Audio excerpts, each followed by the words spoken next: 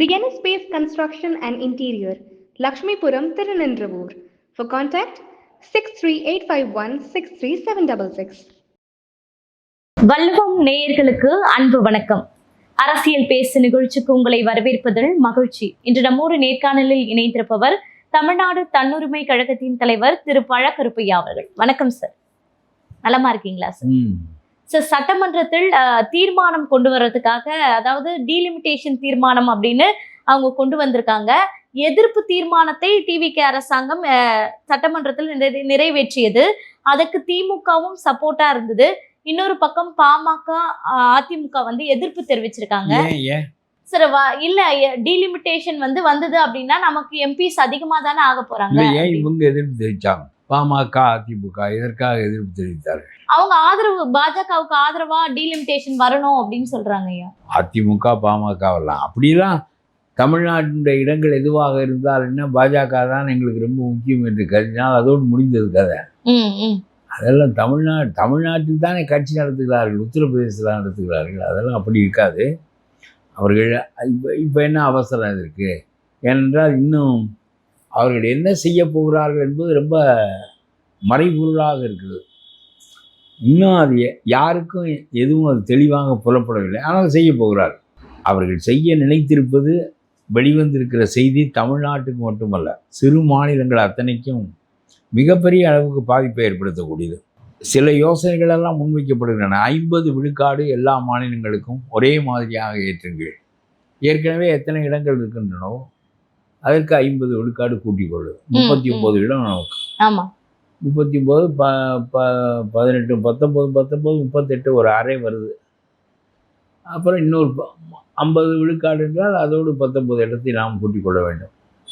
அதுபோல் 50 இடங்கள் என்றால் உத்தரப்பிரதேசத்துக்கு 120 ஆகும். அப்படி. ஆனால் அவர்கள் அப்படி அல்ல. 1 value 1 man 1 vote, 1 vote 1 man 1 vote 1 value.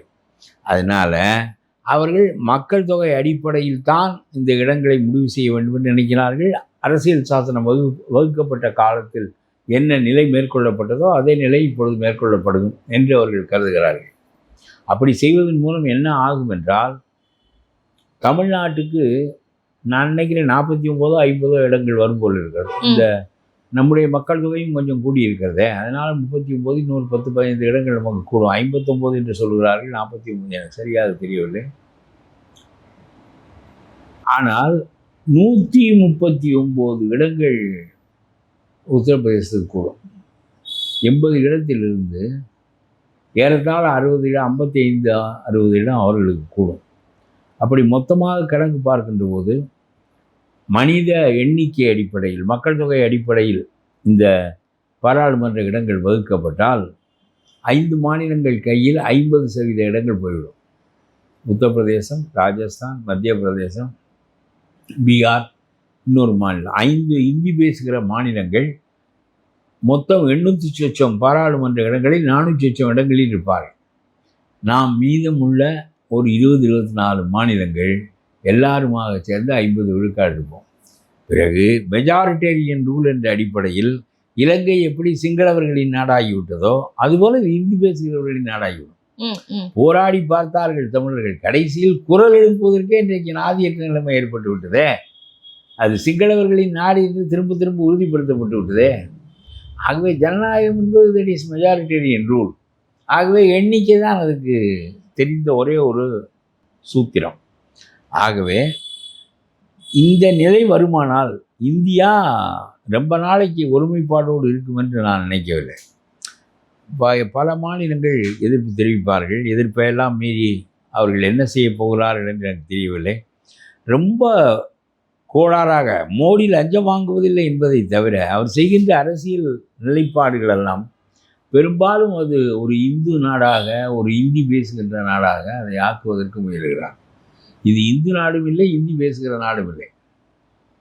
ஆங்கிலத்தால் இணைக்கப்பட்ட நாடு தான் இது. ஆங்கிலம் கற்பிக்கப்பட்ட பிறகுதான் அசாமியனும் வங்காளியனும் தமிழனும் கன்னடியனும் ஒருவருக்கொருவர் பேசிக்கொள்ள முடியுது. அதுக்கு முன்னால் நாமும் பெங்களூர்காரனுமே பேசிக்கொள்வதற்கு வழி இல்லாமல் தானே இருந்தது. ஆகவே அது ஒரு இந்தி பேசுகின்ற நாடாக, இந்துத்துவ நாடாக ஆக்க மோடி முயலுகிறார். அதனுடைய விளைவாக 800 இடங்களாக பாராளுமன்ற இடங்களை உயர்த்தி அதிலே மக்கள் தொகை அடிப்படையில் என்று பார்க்கிற போது நம்முடைய மாநிலங்கள் எல்லாம் சிறுத்து போய்விடும். இந்தி பேசாத மாநிலங்கள் எல்லாம் உரிமையேற்று போய்விடும். நிதி ஒதுக்கீடு, சட்டங்கள் செய்வது எல்லாவற்றிலும் பின்தங்கிவிடும். ஆகவே அது ஒரு உண்மையான இந்தியாவாக ஏற்கனவே அப்படி இல்லை. ஸ்ட்ராங் சென்டர் தான் இன்றைக்கும் இந்தியாவினுடைய அடிப்படை. பாகிஸ்தான் பிரிந்தது என்கின்ற ஒன்றை சொல்லி பல மாநிலங்கள் பிரிந்து விடக்கூடும், அதனால் இந்தியா என்று ஒன்று இல்லாமல் போய்விடக்கூடும் என்ற அச்சத்தை ஏற்படுத்தி அம்பேத்கரை ஏற்றுக்கொள்ள வைத்து வல்லபாய் பட்டேல், ஜவஹர்லால் நேரு எல்லாருமே இந்த இந்திய ஒருமைப்பாட்டுக்கு முதன்மை கொடுத்து அவர்கள் என்ன செய்தார்கள் என்றால் ஸ்ட்ராங் சென்டர் வீக் ஸ்டேட்ஸ் என்ற நிலையை ஏற்படுத்தினார்கள். அதனால தான் நமக்கு இங்கே ஏறத்தாழ எல்லா உரிமைகளும் இல்லை. நம்முடைய கல்வி அதிகாரம் அவர்களுக்கும் இருக்கிறது. It is in concurrent list. அது நமக்கு மட்டுமே, நம்முடைய பட்டியலில் மட்டுமே இருக்க வேண்டிய கல்வி இப்பொழுது இருவருக்குமான இணைப்பட்டியலில் இருக்கிறது. அதே மாதிரி மருத்துவமும் கூட அவர்களும் உள்ளே எல்லாம் நுழைகிறார்கள். ஆகவே எதற்காக இதை சொல்கிறேன் என்றால், தொடக்க காலத்திலேயே இது சரியாக செய்யப்படவில்லை. அதற்கு பிறகு மேலும் மேலும் நம்முடைய உரிமைகள் எல்லாம் மத்திய அரசால் பறிக்கப்பட்டன. ஏறத்தாழ அது இந்தி பேசுகின்ற நாடாக அவர்களுடைய ஆதிக்கமாகத்தான் இந்தியா இருக்கிறது. So India that is Uttar Pradesh, India that is Bharat, Bharat that is Uttar Pradesh என்ற ஒரு கருத்து உண்டு முன்பெல்லாம். இந்தியா என்பது பாரதம், பாரதம் என்பது என்ன, உத்தரப்பிரதேசம். அதுதான். ஆக அதே நிலைக்கு மீண்டும் இந்த நாட்டை கொண்டு போவதற்கு அவர்கள் முயலுகிறார்கள். இது ஒரு நல்ல சட்டம் இல்லை. ஆகவே 1971 என்ன எண்ணிக்கை இருந்ததோ அந்த எண்ணிக்கையில் நிறுத்தி வைப்பது என்பது சரியானது. அப்ப இங்கேயே ஐயா ஒற்றுமை குரல் இல்லை. அதிமுக, பாமக எல்லாருமே தீர்மானத்தை நிறைவேற்றி இல்லை. எனக்கு நீ சொல்வது அவர்கள் என்ன பேசியதாக நான் அறிந்தேன் என்றால், தீர்மான வடிவமே என்ன என்று தெரியாத போது நீங்கள் ஏன் இவ்வளவு வேகப்பட்டு ஒரு தீர்மானத்தை நிறைவேற்ற வேண்டும் என்று அவர்கள் சொன்னதாகத்தான் நான் அறிந்தேன். அப்படியல்லாமல் பாமக, அதிமுகவெல்லாம் பாஜகவினுடைய நிலைப்பாட்டை ஆதரித்தால் பொதுக்குழுக்கு போக வேண்டியதான். எதுவா இருந்தாலும் டீலிமிட்டேஷன் எதிர்ப்பு தானே அவங்க முன் வச்சிருக்காங்க. டிவிக்கு அரசு அது தெளிவுக்கு வருவதற்கு முன்னால் முந்திரி கொட்டை மாதிரி ஏன் முந்துகிறீர்கள் என்று அவர்கள் கட்சி நடத்துகிறவர்கள் அவர்கள் சிந்திக்கிறார்கள். ஆனால் உண்மையிலேயே அதிமுகவோ பாமகவோ அல்லது வேறு கட்சிகளோ அல்லது தேமுதிமுகவோ இதில் பிஜேபியை ஆதரிக்கின்ற நிலை ஏற்படுமானால் அந்த கட்சிகள் எல்லாம் பொதுக்குழுக்கு போக வேண்டியதுதான். அதெல்லாம் மக்கள் ஏற்றுக்கொள்ள மாட்டார். நம்முடைய உரிமையை நிலைநாட்டுவதற்காகத்தான் மாநில கட்சிகளே தவிர நம்முடைய உரிமைகளை அவர்கள் பறித்து கொள்வதற்காக அல்ல. கூட்டணி என்பது வேறு, நம்முடைய உரிமை பறிப்பு என்பது வேறு. என்ன நிலையிலும் அதிமுக எப்படி இந்தியை ஏற்றுக்கொள்ளாதோ, ஏனென்றால் திராவிட பாரம்பரியத்தில் வந்து, அதனால் அதுபோல் இதையும் ஏற்றுக்கொள்ளாது. ஐயா, இன்னொரு கேள்வி என்னன்னா, டிவிக்கு அரசாங்கத்திடம் ஒரு எம்பி கூட இல்லை, ஆனால் டீலிமிட்டேஷனுக்கான அந்த எம்பிக்கள் கூட்டத்தை அவங்க முன்னெடுத்து நடத்தினாங்க. இங்க திமுக வந்து அதுல கலந்து கொள்ளல இல்லைங்களா? இது வந்து திமுக தானே இந்த ஒரு கூட்டத்தை நடத்தி இருக்கணும். ஆனா தாவேக ஏன் இதை நடத்துறாங்க? அரசு நடத்துகிறார். அதாவது அவர் ஒரு எம்பியை பெற்றிருக்கலாம். இந்த ஒரு எம்பி அங்கே போய் மோடியை எதிர்த்து பேசினால் மோடி நமக்கு குடைச்சல் கொடுப்பாரே என்பதற்காக தனக்கு வர வேண்டிய ஒரு எம்பி பதவியையும் தவிர்த்து காங்கிரஸ்காரனுக்கு கொடுத்தார் இந்த விஜய். இவரால் நம்முடைய உரிமைகளை எல்லாம் முழுமையாக பாதுகாக்க முடியுமா என்கின்ற எண்ணம் எனக்கு தொடக்கத்திலிருந்து இன்றைக்கு வரையிலும் இருக்கிறது. இப்படி ஓடி ஓடி ஒளிந்து எவ்வளவு நாளைக்கு இது போன்ற காரியங்களை செய்ய முடியும்?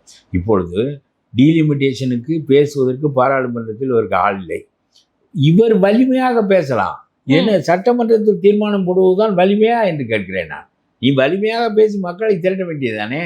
ஆனால் அதை பற்றி பேசினாலும் என்ன நீ எங்களுடைய அரசுக்கு எதிராக பேசி மக்களை திரட்டுகிறாய் என்கின்ற கேள்வி அங்கிருந்து வருமோ என்று அஞ்சி, அதே சமயத்தில் நாங்கள் எதிராக இருக்கின்றவர்கள் என்று ஒரு 10ஆம் பதவியில் ஒரு தீர்மானத்தை போட்டு அது நான் தான் முன்னெடுத்து செய்தேன். ஆகவே தமிழ்நாட்டினுடைய இடங்கள் பறிபோகாதவாறு காத்த பெருமை எனக்கு உண்டு என்பதை போல காட்டிக் கொள்கிறார். இப்படி அதாவது முன்னே இருக்கவனுக்கு முகத்தை காட்டுவது, பின்னே இருக்கவனுக்கு பின்பக்கத்தை காட்டுவது என்கின்ற போக்கு வெகு காலத்துக்கு எடுக்கூடாது.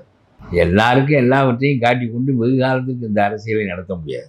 அவருக்கு பதவி என்பது வாழ்க்கையில் அது ஒரு வெற்றிகரமான அது ஒரு வெற்றி. அவர் திரைப்படத்துறையில் முதல் நிலைக்கு வந்தோம். பெரிய வெற்றிகரமான நிலையில் நாம் இருந்தோம். பிறகு இதைவிட பெரிய இடம் என்று ஒன்று இருக்குமானால் முதலமைச்சர் பதவி, அதையும் அடைந்து விட்டால் வாழ்க்கையில் நாம் முழு வெற்றி பெற்றவனாவோம் என்று இதை சர்வீஸ் ஓரியன்டாக தொண்டு மனப்பான்மை அடிப்படையில் இதை பற்றி, இந்த பதவியை பற்றி சிந்திக்காமல், உன்னால் தொண்டு செய்ய முடியும் என்றால் வா. ஒரு பதவியை அடையாமல் காந்தி கடைசி வரையிலும் தொண்டு செய்தார், வினோபா தொண்டு செய்தார், ஜெயபிரகாஷ் தொண்டு செய்தார். பதவியில் இருந்து கொண்டு நேரு போன்றவர்களும் தொண்டு செய்தார்கள், காமராஜ், ராஜாஜி போன்றவர்களும் தொண்டு செய்தார்கள். அது பெருமை அல்ல. நமக்காக 28 வண்டிகள் முன்னே பின்னே ஓடுகின்றன, நமக்காக சாலை நிறுத்தப்படுகிறது. நாம் number 1 man in Tamil Nadu. Everybody is behind us, not in front of us. We are the number 1 man என்ற இந்த வெற்றி பெருமையெல்லாம் அறிவு குறைவானவருடைய பெருமைகள் என்பது என்னுடைய கருத்து. இந்த 100 நாள் ஆட்சி நிறைவடைந்திருக்கு டிவிகே அரசாங்கத்தினுடையது. இப்ப என்ன சொல்கிறேன் என்றால், அதனால் இந்த பாராளுமன்ற சட்டமன்றத்தில் ஒரு தீர்மானத்தை நிறைவேற்றி, நானும் இந்த டீலிமிட்டேஷனுக்கு எதிரானவன் தான், தொகுதி வரையறைக்கு ஆக என்று இப்படியே ஓட்டுவார். அப்படியே இவருக்கும் எந்த பாம்புக்கும் காட்டுவது மீனுக்கும் காட்டுவது என்பது போல இப்படியே காலத்தை எவ்வளவு காலம் ஓட்டுகிறார் என்பதை பார்க்கிறோம். விடிந்தால் எழுந்தால் முல்லை பெரியாறு அணையை நாம் பராமரிப்பதற்கு அனுமதிக்க மாட்டேன் என்கிறான் கேரள அரசு. நாம் 142 அடி வரையிலும் ஏற்றிக்கொள்ளலாம். அதை பராமரிப்பதற்கு பல மரங்கள் நம்முடைய எந்திரங்களை கொண்டு செல்வதற்கு தடையாக இருக்கின்றன என்று சொன்னால் அந்த மரங்களை வெட்ட அனுமதிக்க மறுக்கிறான். இப்படி நான் கேட்கிறேன், அது கம்யூனிஸ்ட் அரசாங்கமாக இருந்தால் இதைத்தான் செய்கிறான், காங்கிரஸ் அரசாங்கமாக இருந்தால் இதைத்தான் செய்கிறான் என்றால், முல்லை பெரியாறு பகுதி தேவையில்லாமல் கேரளாவுக்கு கொடுக்கப்பட்டுவிட்டது. இடுக்கி மாவட்டம், மூணாறு, தேவிகுளம், பீர்மேடெல்லாம் நம்முடைய தமிழ்நாட்டோடு இருக்க வேண்டிய இடங்கள். ஏனென்றால் அங்கே தமிழர்கள் தான் வாழ்ந்தார்கள். எங்கே எந்த மக்கள் வாழ்கிறார்களோ அந்த பகுதி அந்த நாட்டை சேர்ந்தது என்றுதான் வரையறை இருந்தது. அப்பொழுது இப்படித்தான், எங்களுக்கு கொஞ்சம் வனம் வேண்டாமா, எல்லாமே நீங்களே வைத்துக் கொள்வீர்களா, அப்படி இப்படி என்று இந்த மலையாளிகளெல்லாம் சேர்ந்து முக்கி இப்படித்தான் நம்முடைய காமராஜ் போன்றவர்கள், சரி பரவாயில்ல இந்தியாவில் தானே இருக்கிறது, அங்கே இருந்தாலும் இங்கே இருந்தாலும் முல்லை பெரியார் அணை மட்டும் நமக்கு பயன்படட்டும் என்று சொல்லி அவர்கள் வைத்தார்கள். அதனுடைய விளைவாக அதை பராமரிக்க விட மாட்டேங்கிறான். அதில் என்ன அவனுக்கு நட்டம்? முல்லை பெரியார் அணையில் தேக்கப்படுகின்ற நீர், அதை பராமரிப்பது நம்முடைய வேலை. அதனுடைய நீரை பயன்படுத்தி கொள்ள போவது தமிழ்நாடு. ராமநாதபுரம் மாவட்டம் வரையிலும் அந்த நீர் வருகிறது, தேனி, மதுரை எல்லாம். அந்த அணை இல்லாவிட்டால் தென் மாவட்டங்கள் எல்லாம் முடிந்தது கதை. சரி, நம்மிடம்தானே இந்த அணை இருக்கிறது என்று நாம் நினைத்தோம். ஆனால் அதை பராமரிக்க விடாமல் அது உடைந்து விட வேண்டும் என்று அவர் நினைக்கிறான். பராமரிக்க அனுமதிக்காவிட்டால் உடைந்து விட்டால் பிறகு நாம் ஒரு அணையை அங்கே கட்டிக்கொள்ளலாம் என்று நினைக்கிறோம். ஏற்கனவே இருக்கிற அணை என்பதனாலே தமிழ்நாட்டுக்கு அது சொந்தமாக இருக்கிறது. புதிய அணை என்றால் நாம் கட்டுவோம் என்று அவர் நினைக்கிறான். இந்த மாதிரி ஒரு கேவலமான நினைப்புகள் உள்ள மாநிலங்கள் எப்படி ஒரு இந்தியாவை அதனுடைய ஒருமைப்பாட்டை காக்க முடியும்? நான் கேட்கிறேன், இதற்கு நெருக்கடி கொடுக்க வேண்டுமா இல்லையா?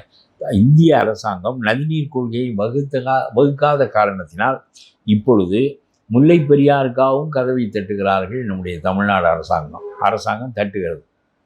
அங்கே போய் எங்களை பராமரிப்பு பணியை செய்ய விட மாட்டேன்கிறார். இது எத்தனை தடவை போகுது? அவன் சொல்லிவிட்டான், 142 அடிக்கு ஏற்றிக்கள், அதை பராமரிப்பதற்கான வசதிகளை எல்லாம் உனக்கு செய்து கொடு, அதற்கு பிறகு 152 அடி வரையிலும் கூட நீ போகலாம் என்று சொல்லிவிட்டான். நாம் 142 அடிக்கு ஏற்றுவதற்கே தடுமாற வேண்டியதாக இருக்கிறது. அதனாலே நான் என்ன கேட்கிறேன் என்றால், எந்த நேரமும் கோர்ட்டு வாசலில் போய் முல்லை பெரியாரிலே பராமரிப்பு பணிக்கு விட மாட்டேன் என்கிறான். கர்நாடகாவில் இன்றைக்கு வேலை நிறுத்தம் நடைபெறுகிறது. என்ன நியாயம் அதில் இருக்கிறது? ஒரு நாளைக்கு 1 TMC தண்ணீர் 15 நாட்களுக்கு நமக்கு கொடு என்று அந்த நீர் ஆணையம் உத்தரவிட்டால் நம் இருவருக்கும் பொதுவானவர். ஏற்கனவே நீதிமன்றத்தில் தீர்ப்பு இருக்கிறது, எந்தெந்த மாதம் எவ்வளவு நீர் வழங்க வேண்டும் என்று. பஞ்ச காலத்தில் எவ்வளவு, வளமான காலத்தில் எவ்வளவு, எல்லாமே இருக்கிறது. அதை திறந்துவிட நீ மறுக்கிறாய். பிறகு அவரிடம் போய் கதவை தட்டி கோரிக்கை வைத்தால் பிறகு நியாயம், கோர்ட்டு தீர்ப்பு இருக்கிறது, திறந்து விடு, ஒரு நாளைக்கு 1 TMC தண்ணீரை திறந்து விடு என்றால் உடனே திறக்கக்கூடாது என்று சொல்லி இந்த அரசாங்கமே பின்னால் இருந்து தூண்டி அங்கே உள்ள கேடுகெட்டவர்களை எல்லாம் கதவடைப்பு செய்ய சொல்லி இப்பொழுது கர்நாடகம் முழுவதும் கதவடைப்பு. நான் கேட்கிறேன், அப்புறம் எப்படி இந்தியா ஒன்றாக இருக்கும்? நான் கேட்கிறேன், அங்கே ஆள்வது காங்கிரஸ் அரசு, கேரளாவில் ஆள்வது காங்கிரஸ் அரசு, உன்னோடு கூட்டணியில் இருக்கிறார்கள். என்னடா இங்கே வா, என்ன உனக்கு எனக்கு என்ன கூட்டு வேண்டி இருக்கு? உனக்கு ஒரு நியாயமான கொள்கை கிடையாது. முல்லை பெரியார் என்னுடைய அணை, பராமரிக்க வேண்டியது என்னுடைய பொறுப்பு, மரத்தை வெட்டக்கூடாது, வழியில் போகக்கூடாது, தடையாக இருப்பவற்றையெல்லாம் நான் நீக்க மாட்டேன் என்று சொன்னால் உன்னோட எனக்கு என்ன கூட்டு? தமிழ்நாட்டு மக்களுக்கு இசைவாக இல்லாத நாங்கள் நியாயத்தின் பக்கம்தான் இருக்கிறோம். கோர்ட்டு தீர்ப்பின்படி தான் உரிமைகளை கேட்கிறோம், புதிய உரிமைகளை கேட்கவில்லை. அதே மாதிரி கர்நாடகாவில் ஒரு நாளைக்கு ஒரு டிஎம்சி தண்ணீர் விடு என்று சொன்னால் விடமாட்டேன் என்று அவன் கதவடைப்பு செய்வான் என்றால், நீ முதலிலே இனிமேல் காங்கிரஸ் என்ற கட்சியே தமிழ்நாட்டில் அந்த கொடியே பறக்கக்கூடாது என்கிற நிலைமையை காங்கிரஸும் இதைத்தான் செய்யும், பிஜேபியும் இதைத்தான் செய்யும், கம்யூனிஸ்டும் இதைத்தான் செய்தது. எந்த தேசிய கட்சியும் இது போன்ற நிலைப்பாட்டை எடுத்தால் அந்த கட்சியினுடைய கொடி இந்த மண்ணில் பறக்கக்கூடாது. அந்த கருத்தை இந்த நாட்டை விதைக்க வேண்டுமா இல்லையா? ஆமா, அவனை கூட்டி சேர்த்து கொண்டு தானே, அவன் காலை நக்கி கொண்டு தானே நீ ஆட்சி நடத்துகிறாய். தமிழ்நாட்டுல ராகுல் காந்தி வந்தப்ப கூட கூப்பிட்டு சந்திச்சு பேசல ஐயா இந்த நீர் தொடர்பாக. அது அப்ப பேசட்டும், தொலைபேசியில் பேசட்டும், போய் பேசட்டும். தமிழ்நாட்டுக்கு வந்த வாய்ப்பை தவற விட்டு விட்டால் வானம் இடிந்து விழுந்து விடாது. அவர் அந்த நிலைப்பாட்டை ஒப்புக்கொள்ள மாட்டாரே. நீ கடுமையாக வேண்டும். கர்நாடகத்துக்கு கோர்ட்டு தீர்ப்பு எழுவோம், அதற்கு தண்ணீர் விடக்கூடாது, நாங்கள் மறியல் செய்வோம், கதவடைப்பு செய்வோம் என்றால் அப்புறம் எந்த அடிப்படையில் நாங்கள் என்ன வெடிகுண்டு வைக்கவா? என்ன செய்ய வேண்டும் என்று நீ விரும்புகிறாய்? அணையே தகர்த்து விடுவோமா? என்ன செய்வது? ஏதாவது நியாயத்துக்கு கட்டுப்பட வேண்டும். உனக்கும் எனக்கும் பொதுவான நியாயம் ஒழுங்குக்கு வரவில்லை என்பதனால் நீதிமன்றத்தை நாடினோம். நீதிமன்றம் ஒரு தீர்ப்பு சொல்கிறது, ஒரு ஆணையம் ஒரு உத்தரவு போடுகிறது. அதற்கும் நீ மீறி நாங்கள் செய்ய மாட்டோம் என்று சொன்னால் எதற்கு உன்னோடு உறவு? நான் சொல்லுகிறேன், அந்த ஆட்சி ஒரு பகை ஆட்சி. ஆகவே அந்த ஆட்சியோடு இங்கே இருக்கிறவனோடு என்ன கூட்டு, இங்கே இருக்கிறவன் தண்ணீரை விடு என்பானா, அங்கே இருக்கிறவன் விடாது என்பானா, ரெண்டு பேரும் நியாயமானவர்களாம். அவனவனுக்கு பேசுகிறான். எனக்கா தேசிய கட்சி பொது கட்சி வைத்திருக்கிறாய், நீனும் மாநில கட்சி வைத்துக்கொள். பொது கட்சி எதுக்கு? நான் 75 ஆண்டுகள் ஆகிவிட்ட நாடு விடுதலை பெற்று இன்றைக்கு தேசிய நதிநீர் கொள்கையை உன்னால் உருவாக்க முடியவில்லை, இந்த பிரச்சனையை தீர்க்க முடியவில்லை என்றால் என்ன? இந்த மைய அரசுகளை ஆளுகிற அரசுகள் என்ன தகுதியான அரசுகள்? ஒரு இந்த டீலிமிட்டேஷனுக்கும் அதுக்கு இந்த நதிநீர் கொள்கை ஒன்ற வகு. நான் சொல்லுகிறேன், இதற்கு தீர்வு நான் பல காலமாக சொல்லிக் கொண்டிருக்கிறேன். அதாவது நதிநீர் ஆணையம் என்று ஒரு அமைப்பு ஏற்பட்டது. சுப்ரீம் கோர்ட்டு தீர்ப்பை நடைமுறைப்படுத்துவதற்கு நதிநீர் ஆணையம், அதுதான் இப்பொழுது ஒரு நாளைக்கு ஒரு டிஎம்சி தண்ணீர் விட சொல்லியிருக்கிறது. அந்த ஆணையத்தின் கையிலேயே சாவியை கொடுக்க வேண்டும். இந்த அணைக்கட்டை திறப்பது, மூடுவது, இறுக்கி பொத்தி வைத்துக் கொள்வது, இதெல்லாம் மாநில அரசின் கையில் இருக்கக்கூடாது. நீ உன் கையில் இருக்கிற காரணத்தினாலே தானே நீ கதவடைப்பு பண்ணுகிறேன் என்று சொல்லுகிறாய். அது நதிநீர் ஆணையத்தின் கையில் போயிட்டு எப்படி நம்ம சென்ட்ரல் ரிசர்வ் போலீஸ் அது பாட்டுக்கு இங்கே இருக்கும், ஆனால் அதனுடைய வேலையை அது பார்த்து கொண்டிருக்குமோ, அதுபோல் நதிநீர் ஆணையம் தன்னுடைய ஆட்களின் மூலமாக கர்நாடகாவுக்கும் அதுதான் தண்ணீர் திறக்க வேண்டும். நமக்கு 2 பங்கு, நமக்கு 3 பங்கு, அவனுக்கு 2 பங்கு என்பது தண்ணீர் விகிதாச்சாரம். அவனுக்கு ஓடுகின்ற பகுதி குறைவு. நம்ம காவிரி 2 மடங்கு தமிழ்நாட்டில் தான் ஓடுகிறது. அது தொடங்கி வருகிறது, மேற்றில் வருகிறது என்பதை தவிர அதிக பயன்பாடு நமக்கு தான் அந்த காலத்திலிருந்து. ஆகவே இப்பொழுது இந்த திறக்கிற வேலையை ஒழுங்காக பொது ஆணையத்தின் கையில் இருந்தால் நீதிமன்ற தீர்ப்பின்படி அவன் திறப்பான். அப்புறம் கர்நாடகாவுக்கு எவ்வளவு தண்ணீர் திறக்க வேண்டும், தமிழ்நாட்டுக்கு எவ்வளவு தண்ணீர் திறக்க வேண்டும் என்பதை அவன் முடிவு செய்வான். இப்பொழுது உன் தயவிலே நாங்கள் இருப்பது போல ஒரு நிலை இருக்கிறது. இதை கூட புரிந்து கொண்டு ஒரு சட்டம் செய்ய முடியவில்லை, நாட்டை வழிநடத்த முடியவில்லை என்றால் மோடி என்ன ஆளுகிறார்? நான் கேட்கிறேன், என்ன ஆளுகிறாய் என்று கேட்கிறேன். நான் இந்த காங்கிரஸ்காரனுக்கு அறிவில்லை. 75 ஆண்டுகள் ஆகிவிட்டு சுதந்திரம் வந்து இன்றைக்கும் நம்ம ஒரு நதிநீர் பிரச்சனையை தீர்க்க முடியவில்லை. கிராமத்தில் ஒரு கம்மாயிலே நதிநீர் பிரச்சனை வந்தால் 200 குடிமக்கள் இருக்கிறார்கள், தங்களுக்குள்ள அழகு போல் தீர்த்து கொள்ளுகிறார்கள். முன்னால் ஏன் தீர்க்க முடியவில்லை? அங்கே 10 ஏக்கர் வைத்திருக்கணும் இருப்பான், 1 ஏக்கர் வைத்திருக்கணும் இருப்பான். எப்படி அவன் ஈவு போட்டு தீர்த்து கொள்ளுகிறான்? கண்டிப்பா அது மாதிரி உனக்கு தெரிய வேண்டாமா? நதிநீர் கொள்கைக்கு ஏன் சட்டம் செய்யவில்லை? ஏன் திறக்கின்ற உரிமையை, திறக்கின்ற அதிகாரத்தை தனி அமைப்பின் கையில் கொடுக்காமல் கர்நாடகாவுக்கும் அவன் தான் திறக்க வேண்டும், நமக்கும் அவன் தான் திறக்க வேண்டும்? அதில் அவரை எப்படி நீங்கள் இந்த பிரச்சனையை தீர்ப்பீர்கள்? இதை பற்றி பேசுவதற்கு இந்த நாட்டில் கட்சி இல்லை, ஆள் இல்லை.